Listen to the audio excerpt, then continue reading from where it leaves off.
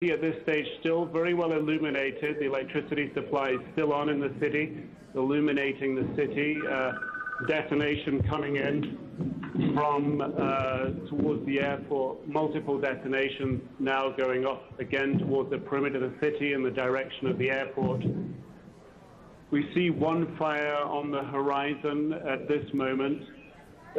Kabul is surrounded by mountains. The detonations reverberate from those mountains, so it's difficult to get an accurate fix on exactly where the impacts are happening. Certainly, certainly it would appear that the Afghan defense systems have detected a threat in the air. They are launching what appears to be anti-aircraft defense systems at the moment. Certainly I can see that fire that was blazing on the horizon. It was a faint yellow. It's now a bright orange blazing. Several other detonations going off around the city, multiple areas. Rockets appear to be taking off from one end of the airport. I can see that's perhaps located about 8 or 9 miles away from where we stand, Joey. We want to ask you to please keep your line up to us. We're having difficulty reaching you on another line, but please keep your line up. We can see the pictures coming to us by the video phone. Again, this is very advanced technology that CNN is using, but you will see some of the digital effect. It is not quite as clear as your average television signal, and so to our viewers, we apologize for that. But this is certainly the only video that you're going to get from Kabul, Afghanistan at this point, and you're watching it on CNN. Again, we are hearing from our correspondent, Nick Robertson, who's on the scene in Kabul with his team there, and he has reported the sounds of tracer fire. He has reported the fire burning there in Kabul, the seat of Afghanistan's power and the seat of its Taliban government. Again, we are watching their picture coming to us on the video phone, and it is very hard, of course, to see exactly what you're looking at. But you are looking at Kabul. Again, you see some tracer fire there coming across the scene. Nick Robertson, can you hear us? We're being told, Joey, I can hear you if you can hear me. Certainly, big detonation there, missiles flying across the city. We're being told from sources in Kandahar, that's the spiritual capital of Afghanistan, 300 miles south of here, that there is no rocket activity like this south of here in Kandahar. Certainly in Kabul, very, very active at this stage.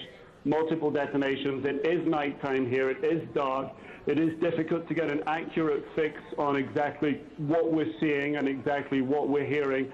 Certainly the sound, what appears to be the sound of large missiles incoming and landing in the city.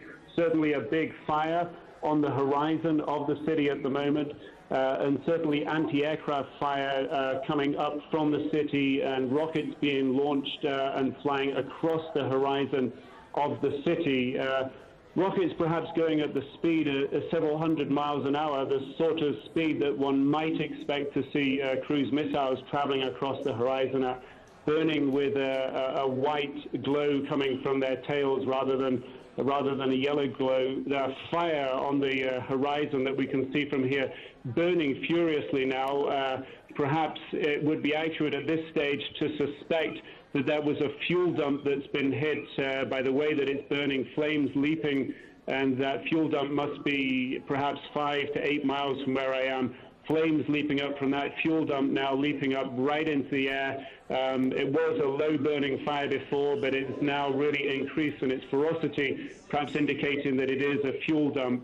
Looking across the rest of the city, that fuel dump, perhaps the only big fire we can see at this time. From our vantage point here at the Kabul Intercontinental Hotel that overlooks the whole of the city of Kabul, that is in a basin surrounded by mountains, the whole city is laid out in front of us. The gunfire that was coming up from the city seems to have subsided for now. We're not hearing any more detonations at this moment. And as I say, the fire on the horizon really burning furiously at this time, flames leaping way up in the air this moment. Joey? Nick, if you can talk to us a little bit about your circumstance. It is 6 o'clock in the evening here in Atlanta. It must be quite late at night there in Kabul. Indeed, 2:30 in the morning here, Joey. We're eight and a half hours ahead of East Coast time. in the United States. And it was about 5 hours ago that the foreign minister of Afghanistan, Wakil Ahmed Mutawakil, briefed journalists. I hear more detonations going off now. He said that the Taliban had not taken precautions against the possibility of there being an air attack against Afghanistan. He said because it was not necessary. The Taliban spiritual leader, Mullah Omar, had also made a statement saying that they felt Osama bin Laden wasn't responsible for what had happened in the United States. He said his country was a peaceful country. He wanted it to be at peace, and he wanted peace in other countries around the world. Certainly what we're seeing in Kabul these early hours of this Wednesday morning is very far from peace. Certainly multiple explosions happening in and around the city. There is a front line about 50 miles north of the city where the Taliban are fighting a battle against the Northern Alliance here. We could hear detonations coming from that northern area as well. But on the perimeter of the city, particularly in the direction of the Kabul airport, which is about 5 to 8 miles from where we are, detonations coming from there. I remember standing on this balcony about 4 years ago watching fighter jets bomb that airport as part of Afghanistan's ongoing civil war.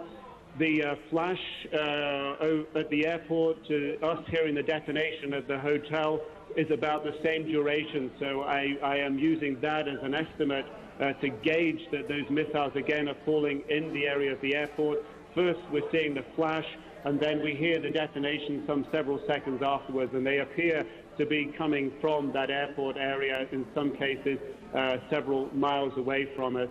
There is still a lot of flashing we can see in the air reflected off clouds.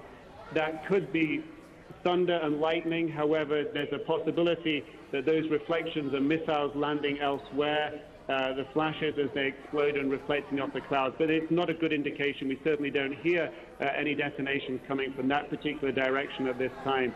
The anti-aircraft fire that we were seeing a little while ago is not coming up from the city. The city, apart from the detonations we were hearing a few minutes ago, appears very, very calm. The visibility here is excellent. We can see all the way across the city. It lies on a plain that's surrounded by the mountains here in Kabul. We have high mountains to the right. These mountains were used by the Mujahideen as vantage points for shelling the city several years ago during the Mujahideen infighting in Kabul. The last 5 years, the Taliban have been in control of this city, have been trying to extend their control over and across Afghanistan. And the foreign minister this evening telling journalists and CNN that he didn't believe that Afghanistan would be attacked. He said if Afghanistan was attacked, then they would call it, the Taliban would call it an act of state-sponsored terrorism, Joey. All right, that is CNN's Nick Robertson. Again, please keep the line open to us. Nick Robertson there in Kabul, Afghanistan. For our viewers who are watching this with us on the air, again, we're getting this from video phone technology. You're seeing this exclusively on CNN. It is a very new technology, and so you could tell from the audio line it is not as clear as our typical TV feed, and the visuals obviously are not as clear, but you are looking at the city of Kabul in Afghanistan. This is the seat of the Taliban government there, not its spiritual center, but its government center in any case.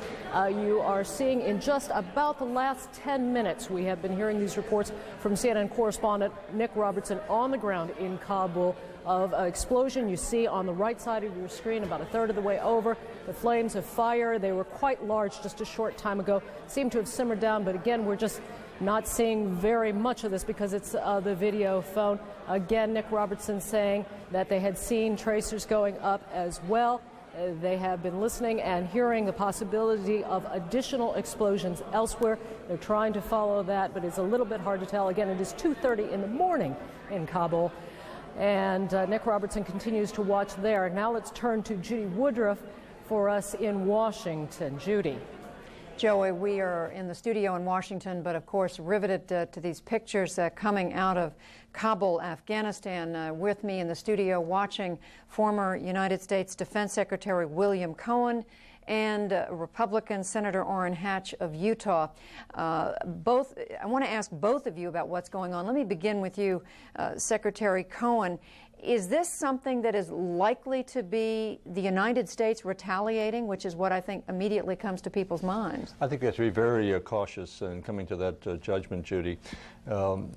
What we're looking at now is the United States gathering information and intelligence. Obviously, there are many plans and contingency plans that we have to deal with responding to any potential terrorist threat that might be in the offing again. But I think it's very premature to make any judgment on this. This could be part of the civil war that's been raging on for some time, and so I think we have to wait to get more information. What do you mean part of a civil war? Well, there's been a civil war raging in Afghanistan for some time now, and this could be simply the factions still carrying on their fighting in Kabul, rather than any kind of an attack being launched by the United States. Are you saying, Mr. Cohen, that it's unlikely that the United States would move this quickly?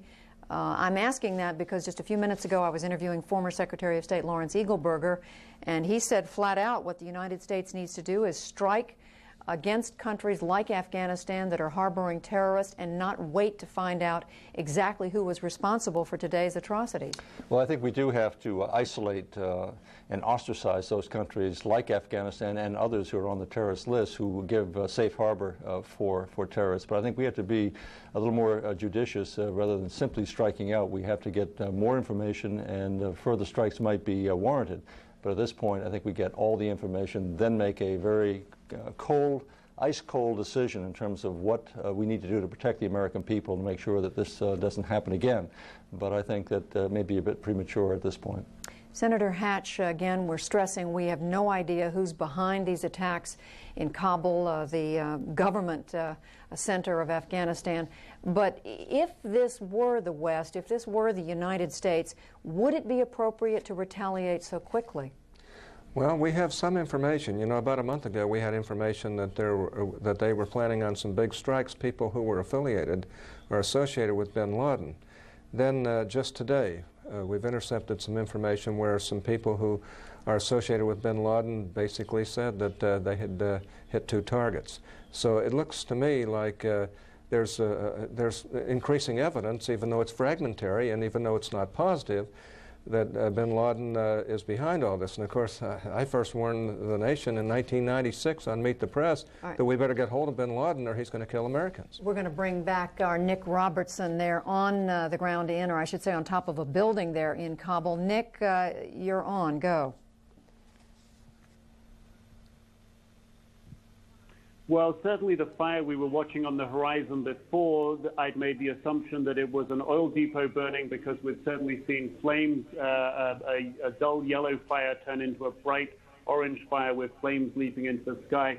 I've been informed by my associates here who work with us in Kabul that it's very likely an ammunition dump that we're looking at. They believe an ammunition dump is located in that area. That, of course, would account for some of the explosions that we've been hearing here as ammunition has detonated and gone off from that location, Judy. Yeah. Certainly it's all quiet here in Kabul right now. Certainly no more explosions are being heard around the city. And we certainly believe what we're looking at now is an ammunition dump, the fire at that dump now dying down, and we're hearing no more detonations coming from that dump.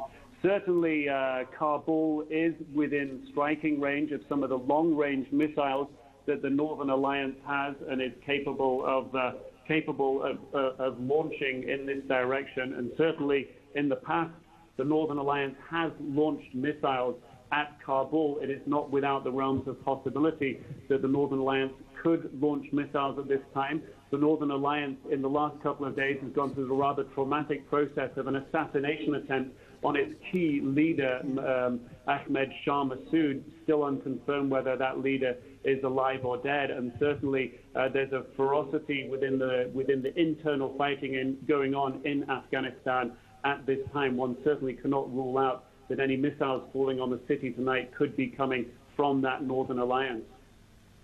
So, Nick Robertson, just to clarify, you're saying it could well be part of an internal, civil war that we see here, and not a result of something coming from the West, NATO, the United States. From our vantage point this evening, we can certainly report a large number of explosions around the city, what appears to be an ammunition dump on fire, a lot of return fire coming up from positions in Kabul. We cannot say from this position at this time exactly where the missiles are coming from, those causing the detonations in and around the city of Kabul. It is possible it's from the Northern Alliance, and of course there is the other possibility that we've been talking about this evening. And Nick, is this typical of the kind of fire that you've been seeing back and forth in this war that's been going on in Afghanistan? Is this at all typical? No, one would definitely have to say it's not typical. The strikes on Kabul have been very infrequent over the last few years, very occasional. The Northern Alliance very aware that it's been blamed in the past of many civilian casualties by launching attacks on Kabul. So there have been very few direct attacks on the city. And indeed, the forces of the Northern Alliance are at such a distance back from the city, only long-range, well, medium-range missiles capable of going 30, 40, 50 miles are able to reach the city from their positions. And it's certainly not something that's happened in this city, a barrage of this type, a sustained artillery attack or missile attack of this type in recent years even. All right, Nick Robertson, we want you to stay connected to us. Let's keep this connection alive. But as we're watching these pictures, let's now go back to New York and to Aaron Brown. Aaron. Judy, thank you. I'm joined here as well by Paula Zahn, and you will hear her voice in just a moment. As we continue to look at these pictures out of Afghanistan, again, I would remind you that the technology here is called a video phone. It is very high tech and a little bit imperfect, but it is perfect enough so that you can clearly see that fire burning in the distance. What Nick Robertson has described as an ammunition dump, very probably, and you can very clearly see, or we've been very able to see throughout Nick's reporting, the tracer fire coming up, the anti-aircraft fire coming up. I think we need to make it clear at this point that no group has claimed responsibility for the multiple attacks today, and yet U.S. intelligence officials confirmed with David Enser earlier today that they believe a group connected to Osama bin Laden may have been involved. You have talked about this all day long, and I think you've done a very good job of explaining how well financed this would had to have been, how well orchestrated. It begs the question, if not Osama bin Laden, then who? Then who? Nick, from the very beginning, the Taliban officials, Afghani officials have said, we had nothing to do with this, Osama bin Laden had nothing to do with this. How do you hear that? Was there any nuance in the language that sent a different message that maybe the rest of us might not have heard?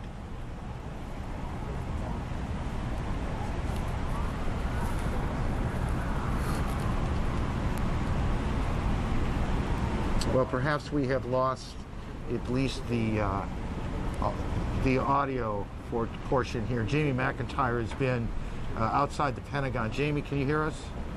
I do hear you, are you hearing anything from the Pentagon, wherever the Pentagon might literally be right now, or at least officials, about whether there is an American involvement in what we are looking at in Afghanistan?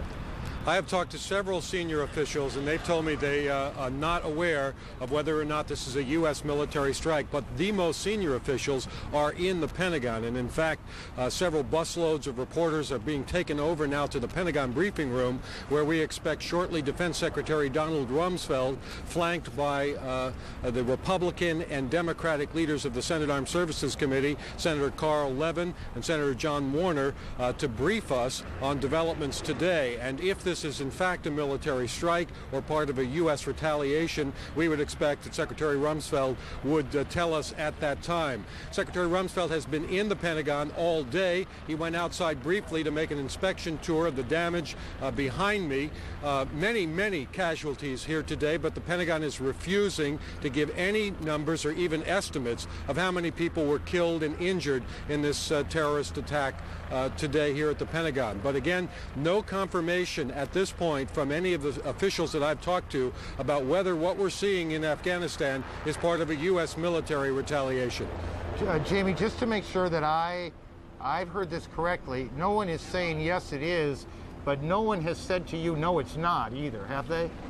No, no one has steered us away from it. The officials who have been over here with the press, and we're just about half a mile or so from the Pentagon, simply said that they had not been briefed and were not aware of this action when we told them that CNN was reporting explosions in Kabul. So. But again, several officials speculated that if this were the case, that might explain the reason for Secretary Rumsfeld's appearance. And of course, being flanked by the bipartisan support of Congress is clearly designed to send the message that there may be squabbles between the Pentagon and Congress, but when it comes to something like this, there's absolute unanimity. That may also account for the reason that despite the damage to the Pentagon, that they want to hold this event in the Pentagon briefing room, which is on the other side of the building, which was not damaged by the plane crash into the side of the building, in order to show a portrait to the world that the United States military headquarters is still up and functioning, and that the United States is still capable of reaching out and touching its enemies. All right, thank you very much, Jamie. Right now, we're going to have Senator Orrin Hatch join us to provide some insights as to what might be going on. Senator Hatch, I don't know how much of our coverage you've been listening to, but there seems to be a conflict of opinion as to whether we would be capable of pulling off this kind of attack if indeed that is what we are witnessing. What do you suspect is going on in Afghanistan right now? Well, let's understand we're capable of pulling it off if that's what it is, but it's probably more likely the followers of Shah Massoud, who was deliberately bombed just yesterday and who was seriously injured, if not killed. Now, his representatives say he was injured, but he's all right, but there is some indication that he may have died in the attack, and he was, of course, the opposition to the Taliban over in Afghanistan, so it's a very serious situation over there as well. But what about what former Secretary of Defense William Cohen just mentioned, that you would want to know who actually carried off these attacks before you planned any kind of retaliatory strike if this is not a result of some conflict within Afghanistan? Well, I agree with Secretary Cohen. We have to be very cautious. On the other hand, I thought Secretary Eagleburger was very honest when he said that, look, the Taliban have been harboring Osama bin Laden. Osama bin Laden has said that it is the duty of every Muslim to kill Americans. There's every indication that he has been behind some of the attacks against American installations, and we happen to know just today that we've got information that indicates that representatives who are affiliated with Osama bin Laden were actually saying over the airwaves that the private airwaves at that they had hit 2 targets. If you go back to the Millennium scare that we had before the year 2000, Osama bin Laden was in the middle of all of that, and the people associated with him and affiliated with him was in the middle of that. So this is a very serious situation. So they should not be harboring this criminal, and we've got to, it seems to me, go after him. And it does look, although the evidence is fragmentary, as though he's had a major role in what's happened here today. Secretary Cohen, are you as convinced as Senator Hatch is that Osama bin Laden played some role in this tragedy here today? I think if you were to cast the searchlight of probability on these footprints, they would lead to Osama bin Laden, but I still think that we have to get more evidence. This is not evidence that you would need in the prosecution of a criminal act. I distinguish between terrorism and a criminal act. And so I would think you just need more evidence than we have right now, but it doesn't have to be something you can use in a court of law. I think that the probability is it points to Osama bin Laden himself or the groups that he supports, And therefore, I think we ought to keep our focus very much on him, but not exclude others. And so I think a little more time is necessary, but I don't disagree with Secretary Eagleburger that we need to respond swiftly and very strongly to those who have inflicted this great tragedy upon the American people. Secretary Cohen, it's Aaron Brown. We have heard in a number of conversations that we've had today that the United States needs to be more aggressive or more proactive in its counterterrorism efforts, that you can't wait until something has happened, that you have to stop it before, and it may be that some innocents will suffer because of it. That's a political problem, isn't it? It is, and the thing we have to keep in mind is we do not want to allow terrorists to strike such terror in the hearts of the American people that we become like them, that we become indifferent to how many innocent people that we might kill. That is what separates us from terrorism and from the terrorists. We have a higher standard. So we have to be very careful in how we respond and how we take action against those who are planning further acts of terrorism against the American people, so that we don't become drawn down into that level of evil that they have perpetrated. So that's what distinguishes the American people and our ideals, and we ought to adhere to those. And Senator Hatch, you think that the political equation on how the United States deals with this has changed because of what's happened today? No question about it. We can't take this kind of action without a very heavy response. And we have some information. It may be fragmentary, but the fact is we have some information that indicates that that Osama bin Laden and many of his affiliates and associates, he's certainly the motivating force behind these people. He certainly has the money, and he certainly has the ability to motivate antagonistic forces against the United States, and he said he wants to do that. So it looks very much like that, although we're not absolutely certain at this point. But Senator, what Secretary Eagleburger said a little while ago, others have said, is not that we, as a country, not that the United States responds all the time, that at some point it needs to take a proactive, it needs to strike before the attack itself, before the terrorist attack. And if some innocents are hurt, if mistakes get made, that is an unfortunate reality. That's a political problem, and I want to know, I guess, from you, if you think the country, which has been reluctant to do that, will be less so because of today. Well, this is an act of war. As far as I'm concerned, war's been declared against the United States. We ought to act accordingly, and we should have a very stiff response to that. And to be honest with you, it looks to me as though what's happened in New York, just think about it. There must be thousands of people killed here, probably more than at Pearl Harbor by far. And there is evidence, there is indication that there were people who have been affiliated with Osama bin Laden whose communications have been intercepted that basically have said that they got 2 targets. There's a lot of other information that is coming forward, although it's fragmentary and nobody can absolutely be guaranteed in the surety of it, but we all know that Osama bin Laden is doing everything he can to antagonize American forces, to try and hit against Americans. He's called for the death of Americans, and we ought to respond forcibly. General Wesley Clark was a guest earlier today on CNN, and he began to express what most would interpret as a sense of outrage that we didn't know this was about to happen. There is a feeling that perhaps even during the last administration, too much emphasis was put on technical intelligence and not human intelligence. Well, you got that right. Do you buy that analysis? Well, I surely do. As a matter of fact, we haven't been putting enough money in to the intelligence community, and we certainly haven't been putting enough human on the ground. That means human intelligence on the ground. And we've got to start doing that. And we've got to do a lot of other things. I reported last Sunday with Wolf Blitzer here that it's amazing, with all of the economic difficulties that they have, that the Russians have a better tactical fighter than we do, that it's more maneuverable, it is faster, and our pilots can fly it better than our F-15, which is becoming quite old, and we've been allowing our military to deteriorate. But not only that, our intelligence, we haven't been beefing it up like we should, and we know that terrorism is a reality out there, and especially against the United States, and we also know many of the people who are doing it. And the people who are excited about this over in the Middle East, who are dancing in the streets, who are making fun of the United States, we ought to remember who they are, because they're enemies of our country. All right, Aaron and I would like to come back to you, Senator Hatch and Secretary Cohen. Right now, though, we're going to go back to Kabul, Afghanistan, where Nick Robertson has an update for us. Nick?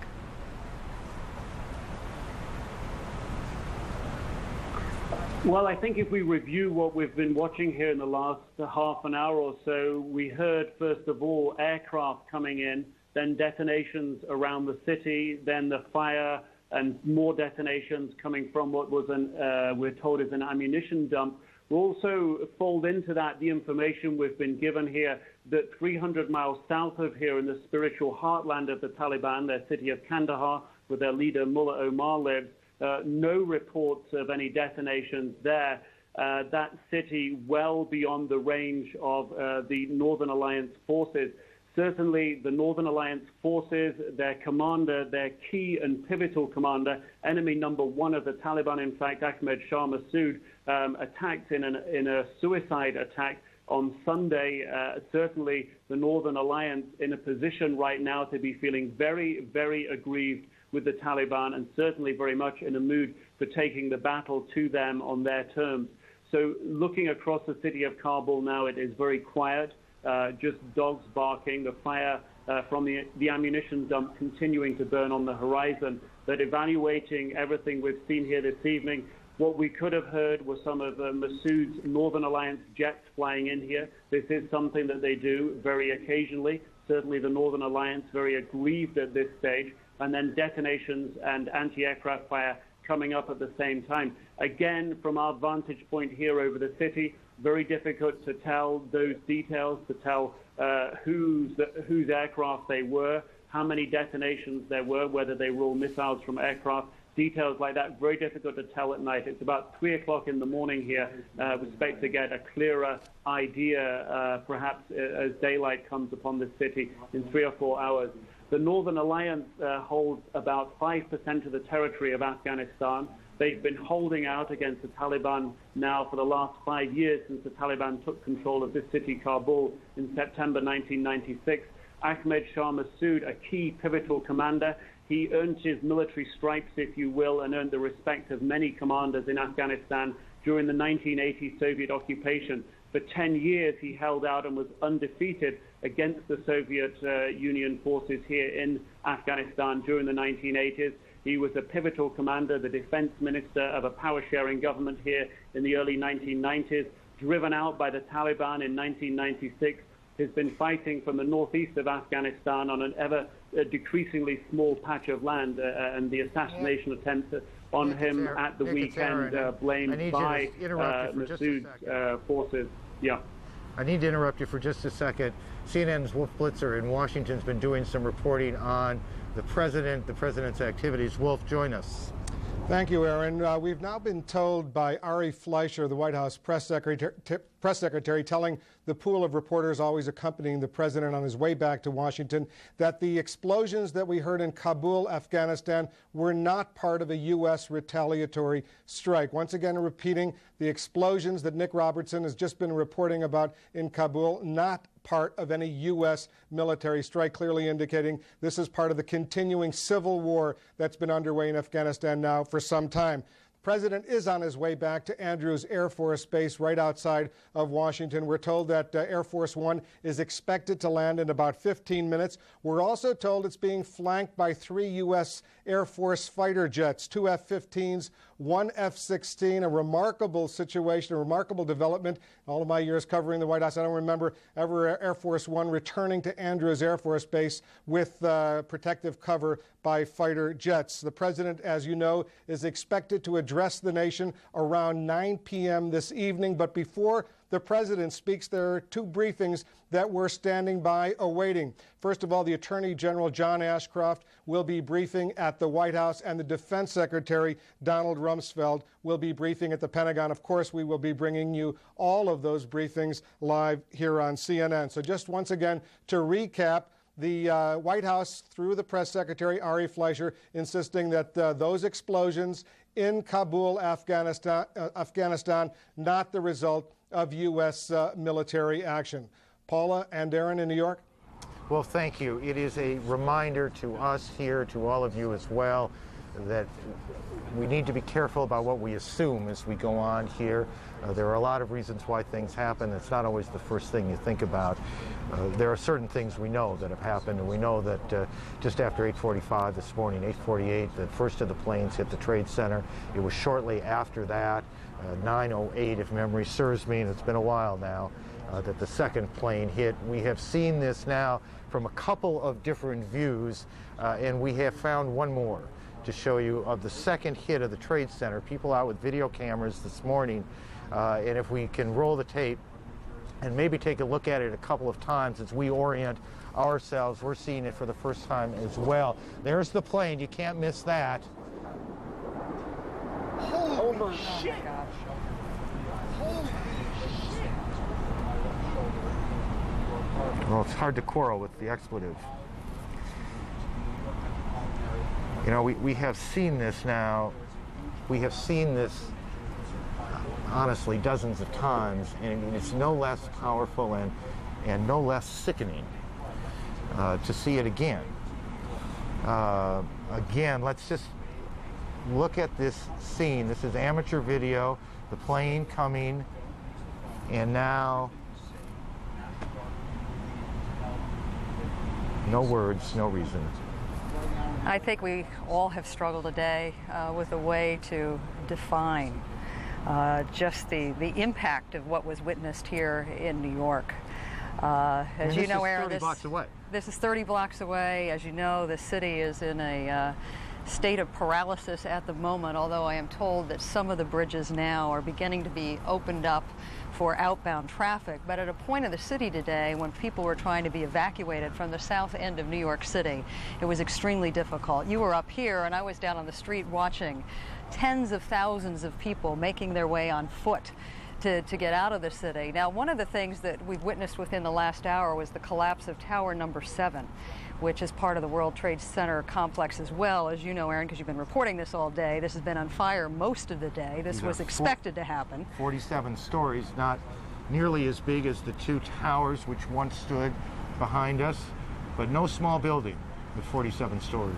Now, from what we're hearing on the street, rescue workers are still having a very difficult time getting into the perimeter area surrounding this site because of falling debris. City officials still cannot confirm for us at this point how many people have been injured, how many people have been killed. Just before I got on the air, I spoke with someone from the department that deals with rescue operations for the city. This is all speculation on his part, but he has reasonably good information from area hospitals. He suspects those numbers could rise into the thousands. So, Aaron, we're going to leave you right now, and we're going to check back in with Bill Hemmer, who joins us now from Atlanta with another part of the story. Bill? Paula, Aaron, thank you. I'm Bill Hemmer, live in Atlanta, continuing CNN's coverage of America under attack. Some 9 hours now after terrorists hijacked airliners and crashed them into U.S. buildings. Some kind of attack, as we mentioned, was taking place in Afghanistan, but Wolf Blitzer was reporting there.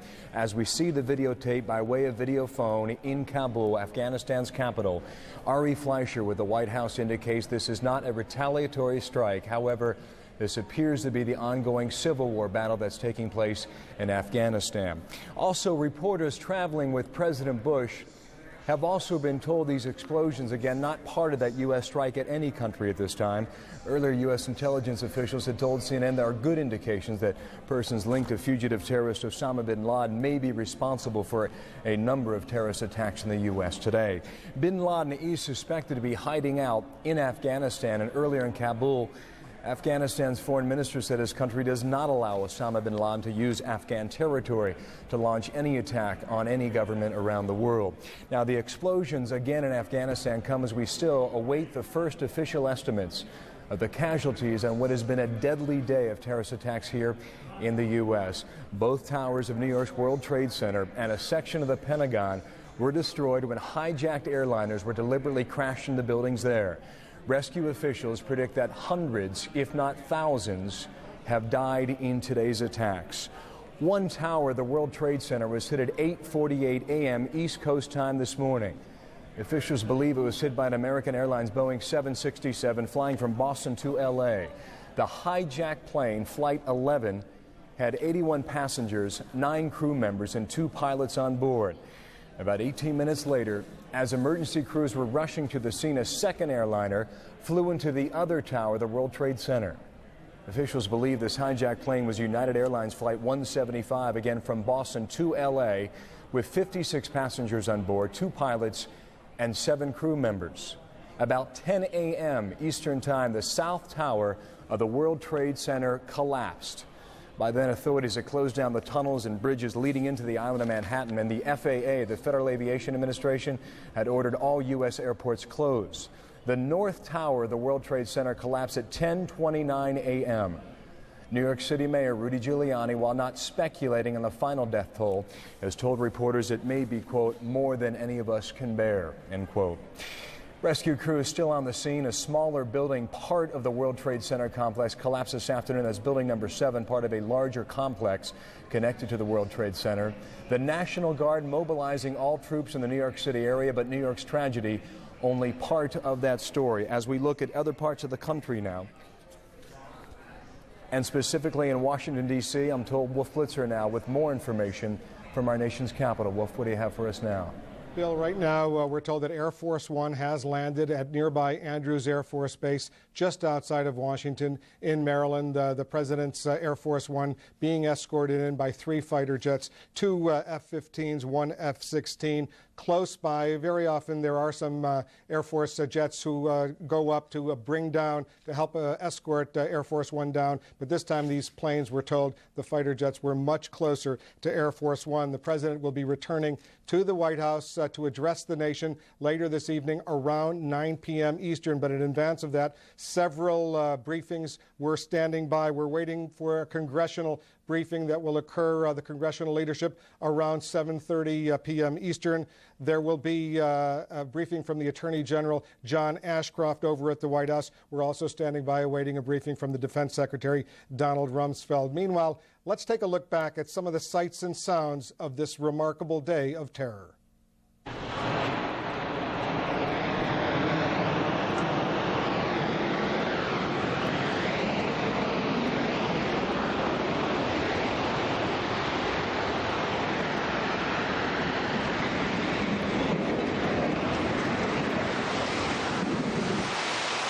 I hope I live. It's coming down on me. Here it comes. I'm getting behind a car.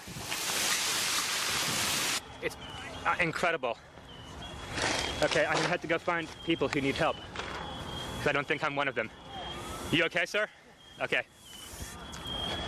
Can I just get a toot off your respirator? Yeah. Can I get a toot? I'm just getting a couple of clean breaths.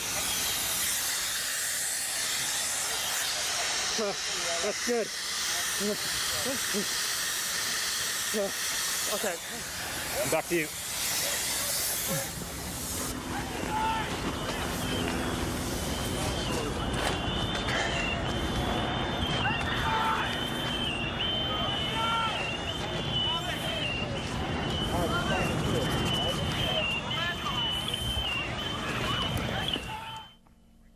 The Pentagon briefing is now underway. Here's the Defense Secretary, Donald Rumsfeld.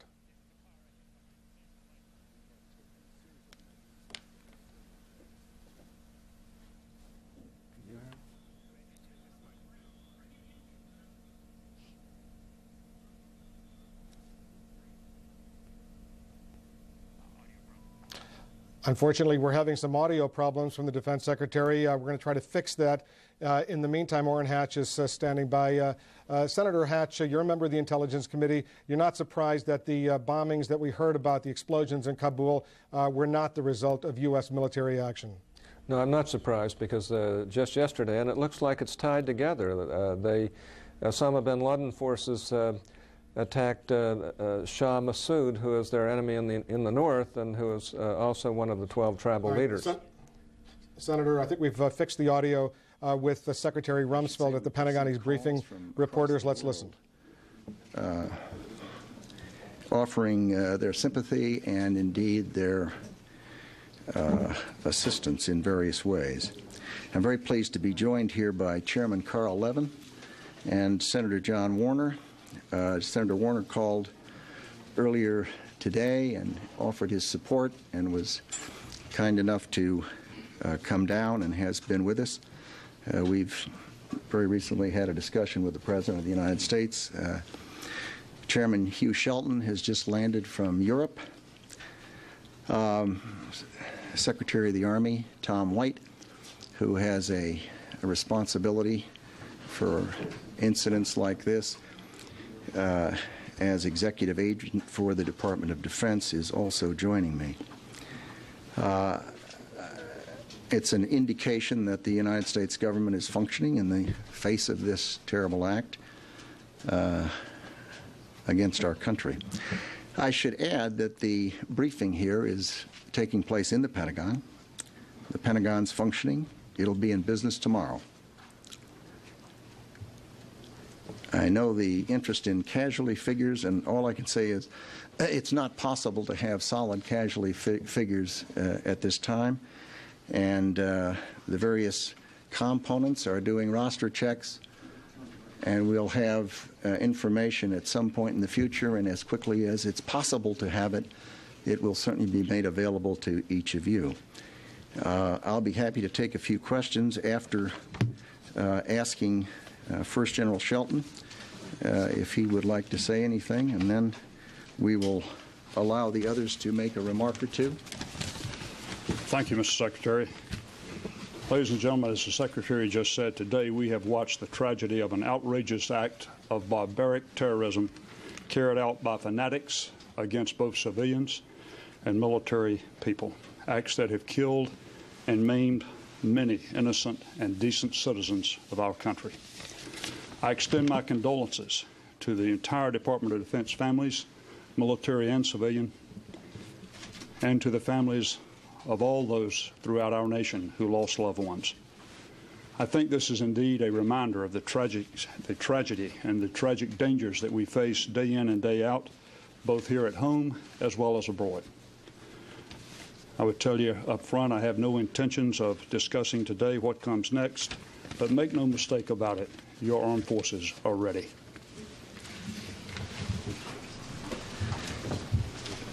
Chairman of the Senate Armed Services Committee, Carl Levin. Our intense focus on recovery and helping the injured and the families of those who were killed is matched only by our determination to prevent more attacks and matched only by our unity to track down, root out, and relentlessly pursue terrorists, states that support them, and harbor them. They are the common enemy of the civilized world. Our institutions are strong, and our unity is palpable. Senator John Warner. Thank you. As a past chairman preceding Carl Levin, I can assure you that the Congress stands behind our president, and the president speaks with one voice for this entire nation. This is indeed the most tragic hour in America's history, and yet I think it can be its finest hour, as our president and those with him, most notably our Secretary of Defense, our chairman, and the men and women of the armed forces all over this world stand ready not only to defend this nation and our allies against further attack, but to take such actions as are directed in the future in retaliation for this terrorist act, a series of terrorist acts unprecedented in world history. We call upon the entire world to step up and help, because terrorism is a common enemy to all, and we're in this together. The United States has borne the brunt, but who can be next? Step forward and let us hold accountable and punish those that have perpetrated this attack. Again, I commend the Secretary, the Chairman, and how proud we are. We spoke with our president here moments ago. He's got a firm grip on this situation, and the Secretary and the General have a firm grip on our armed forces and in communication of the world over. Thank you very much. We'll take a few questions and then we'll adjourn. Charlie. Mr. Secretary, did you have any inkling at all in any way that something of this nature and something of this scope might be planned? Charlie, we don't discuss intelligence matters. I see. And how would you respond if you find out who did this? Obviously, the President of the United States has spoken on that subject, and those are issues that he will address in good time. Mr. Yes. Secretary, we are getting reports from CNN and others that there are bombs exploding in Kabul, Afghanistan. Are we at the moment striking back, and if so, is the target Osama bin Laden and his organization? I've seen those reports. They, in no way is the United States government connected to those explosions. What about Osama bin Laden? Do you suspect him as the prime suspect in this? It's not the time for discussions like that. Mr. Secretary, you said you could not be specific about casualties. Can you give us some characterization of whether it's dozens or hundreds in the building? Well, we know there were large number, many dozens in the aircraft that flew at full power, steering directly into between, I think, the first and second floor of the opposite the helipad. You've seen it. There cannot be any survivors. It just would be beyond comprehension. There are a number of people that they've not identified by name, but identified as being dead, and there are a number of casualties. But the FBI has secured the site, and the information takes time to come. People have been lifted out and taken away in ambulances, and the numbers will be calculated, and it will not be a few. Mr. Secretary, could you tell us what you saw? Mr. Secretary, do you consider what happened today both in New York and here? We're looking also at a picture while we listen to the Defense Secretary Donald Rumsfeld of helicopters that we believe are returning to the White House from Andrews Air Force Base. Marine One is the helicopter that has the President on board and lands on the south lawn of the White House, which is the routine procedure when the President returns to the White House from Andrews Air Force Base. These are helicopters that we're now seeing approaching the south lawn of the White House. That's a picture of downtown Washington that you're seeing right now. President Bush just landing only a few minutes ago at Andrews Air Force Base, returning to the White House, getting ready to address the nation around 9 p.m. Eastern tonight. Once again, Marine Corps helicopters that we believe are one of them carrying the President and his party returning to the south lawn of the White House. There are 6 helicopters there altogether, 6 Marine Corps helicopters. The people who work in this building do so voluntarily. They're brave people, and they do their jobs well. Mr. Secretary, can you give a sense of what happened? What did you see when you left your office, ran down to the site, and apparently helped people on stretchers and then returned to the command center? I felt the shock of the airplane hitting the building, went through the building and then out into the area, and they were bringing bodies out that had been injured, most of which were alive and moving, but seriously injured. And a lot of volunteers were doing a terrific job helping to bring them out of the buildings and get them into stretchers and into ambulances and into airlifts. Mr. Secretary, can you tell us how many of the dead were soldiers and how many were civilians? Have you been able to determine that? Absolutely not. Mr. Secretary, today we saw military planes both in New York and in Washington. How much more of a military presence will we see now that this incident has occurred for the next week? Those kinds of decisions are made day to day. It is correct that we had aircraft flying protective missions at various places in the United States today, and they will do that as appropriate. Mr. Secretary, what do you say to the American people who may have questions on how something so coordinated has been carried out against this nation? What do you say to them who might not have confidence that our intelligence and our security are what they should be? I say to them that the President of the United States will be making some remarks to them this evening that will address those subjects. Mr. Secretary, you've declared, the Pentagon has declared THREATCON Delta forces around the world. Could you tell me why? Have you received any threats, or has anyone claimed credit for this?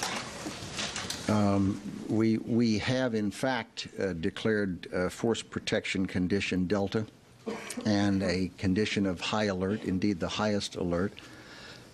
We did so almost immediately upon the attacks, and it is still in force. Mr. Secretary, were there threats issued against other U.S. facilities elsewhere in the world today? I don't know that there's a day that's gone by since I've been in this job that there haven't been threats somewhere in the world to some facility somewhere. It's one of the complexities of the intelligence business that you have to sort through those kinds of things. But we don't get into the specifics. Yes. You raise your hand up? Yes. So, rumors earlier in the day. Let me interrupt the Defense Secretary, Donald Rumsfeld, to report that this is, we believe, Marine One, the President's helicopter, now landing on the south lawn of the White House, which is the usual procedure, bringing President Bush back to the White House from Andrews Air Force Base. The President began this day in Sarasota, Florida, where he was going to be promoting his agenda on education, then flew to Louisiana, then flew to Nebraska, and finally, when the Secret Service and U.S. law enforcement thought it was safe, now bringing him back to the White House, where later this evening he will be addressing the nation. Air Force One about to touch down on the south lawn of the White House. John King, our senior White House correspondent, is standing by. John, what do you have over there? Wolf, as you watch Marine One land here on the South Lawn, we have just been allowed back into the White House. We were evacuated as well earlier today. First, let me read you a statement from the President. This during his travels back to Washington. The President telling his National Security Council, quote, "We will find these people and they will suffer the consequences of taking on this nation. We will do what it takes. No one is going to diminish the spirit of this country." Now, the President will return to the White House. One of our cameramen, Mike Bannigan, also just a short time ago shot pictures of Laura Bush coming back to the White House in her motorcade. We do not know where she was, being kept in a secure location at this time, but the First Lady is also back in the White House. Also, after Secretary Rumsfeld finishes his briefing at the Pentagon, a number of Bush administration cabinet officials will brief here at the White House to bring us up to date on the activities of their agencies. One, we're told, the Health and Human Service Secretary Tommy Thompson, who is involved, of course, in the medical help, blood banking and others, so he will bring us up to date on his agency. Attorney General John Ashcroft also on his way to the White House as well, we are told. All of this leading up, all these briefings from administration cabinet members leading up to a nationally televised address from the President tonight to the American people from the Oval Office. You see there Marine One sitting on the south lawn of the White House, a virtual ghost town throughout much of the day as it was evacuated. The President now back in Washington and at the White House. Wolf. John, the trips to Louisiana and Nebraska that the President took today, that was designed, we're told, and we see a Marine officer walking off Marine One as the President, we expect to emerge from Marine One any second now. We assume that was because security personnel thought it was too dangerous for the President to come right back to Washington. Is that right? The first stop at Barksdale in Louisiana was designed so the President could get to a command and control center that is fortified and structured so that he could be in contact. You see the President there emerging from Marine One, saluting his Marine escort on the south lawn of the White House. The direction he turned, it appears he is heading straight into the Oval Office. Had he gone straight, that is the path into the White House residence. The President turning left, indicating he will go straight into his office, the Oval Office. The President saying nothing as he walks by there. The first stop was to get him to a command and control facility so that he could have secure conversations with the Vice President, who is here at the White House, and with the National Security Council. At that point, we had been led to believe by some sources the President would come directly back to Washington. Then they took him to the headquarters of the Strategic Air Command for another briefing with the National Security Council amid some concerns that they wanted to run a few more security checks before bringing the President back to Washington. Obviously, one of the heinous acts we saw today on the Pentagon just a few miles away, so an enormous amount of security concerns. Even as we speak here on the grounds of the White House, you see the President here heading up into the path being greeted by more agents and his senior staff into the Oval Office. Wolf. And as he goes into the Oval Office in the West Wing of the White House, once again, John, for some of our viewers who may just be tuning in right now, read to us the statement that the President has just released. This is a statement from the President. This is a statement, we are told by pool reporters, that he gave to his National Security Council, quoting the President, quote, "We will find these people and they will suffer the consequences of taking on this nation. We will do what it takes. No one is going to diminish the spirit of this country." We expect a statement very much like that to be included in the nationally televised address the President delivers to the American people tonight. He is meeting right now in the Oval Office with senior advisors to be brought up to date on the latest casualty figures, the latest information the federal government has on just what took place. The administration has also taken one of the steps, Wolf, that seems routine in some ways. Again, a reminder of the tragedy of this day, though issuing a statement just a short time ago declaring the state of New York a major disaster area. Wolf. And John, security, I take it, at the White House is extraordinary right now under normal circumstances. You don't see the security personnel that we're obviously seeing right now. Is that right? That is correct. More security on the grounds, more security out in public, uniformed Secret Service, snipers on the buildings all around the compound here. Remember, this compound, the President was not here at the time, but the Vice President was, evacuated this morning when all of this was taken.